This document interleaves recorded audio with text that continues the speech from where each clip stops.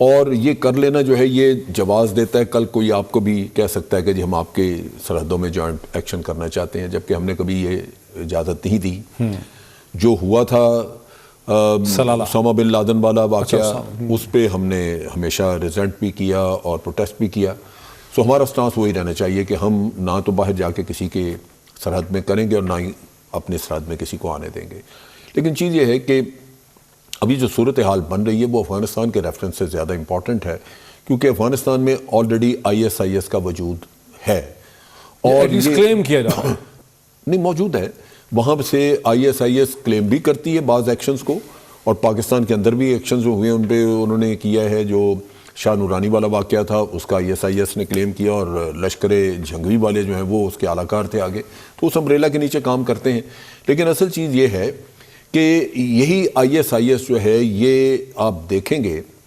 کہ امریکہ افغانستان میں اس کو نہیں چھیڑے گا اور جگہوں پہ اس کو ختم کرنے کا کرے گا. اس کی بنیادی وجہ یہ ہے کہ یہ ISIS جو ہے یہ خطرہ بن رہی ہے وہاں پہ رشیا کے لیے اور ایران کے لیے. یہ افغانستان میں پیدا کی گئی تھی انڈیا کے تعاون سے، اور اس وقت اس کا مقصد کہاں پہ یہ خطرہ بن رہی ہے رشیا کے لیے، ایران کے لیے، سیریا میں؟ میں بتاتا ہوں. یہ جو ایران جو افغانستان میں پیدا کی گئی انیشلی، اس کا مقصد تھا کہ طالبان کے خلاف ایک اور دھڑا کھڑا کیا جائے، اور طالبان جو ہے ان کو افغان آرمی کے خلاف بھی لڑنا پڑے اور ISIS کے خلاف بھی لڑنا پڑے، تو اس طرح وہ ڈیسیمیٹ ہوں گے. اور اسی توقع میں انہوں نے پاکستان کے ساتھ جو پیس ایگریمنٹ، جو پاکستان پیسفل ٹریٹی کروانا چاہ رہا تھا، مری پروسیس جسے ہم کہتے ہیں، اس کو، یا وہ جو کوارڈینیٹرل تھا ہمارا ایک پلیٹ فارم، اس کو انہوں نے ابنڈن کیا اسی وجہ سے کہ یہ پاکستان کے ذریعے وہاں امن نہیں لانا چاہتے تھے. اب ہوا یہ ہے کہ رشیا کی اپنی اسیسمنٹ ہے کہ ان کے کوئی 5000 کے قریب وہاں سے لوگ مسلمان جو ہیں وہ جا کے ISIS میں جا کے شامل ہو چکے ہیں. اسی طرح ان کا اندازہ ہے کہ جو سینٹرل ایشین اسٹیٹ ہیں جیسے ازبکستان ہے، تاجکستان، ترکمانستان وغیرہ، یہاں سے بھی رشین سپیکنگ لوگ جو ہیں وہ کوئی 3-4 ہزار کے قریب جا کے مل گئے ہیں.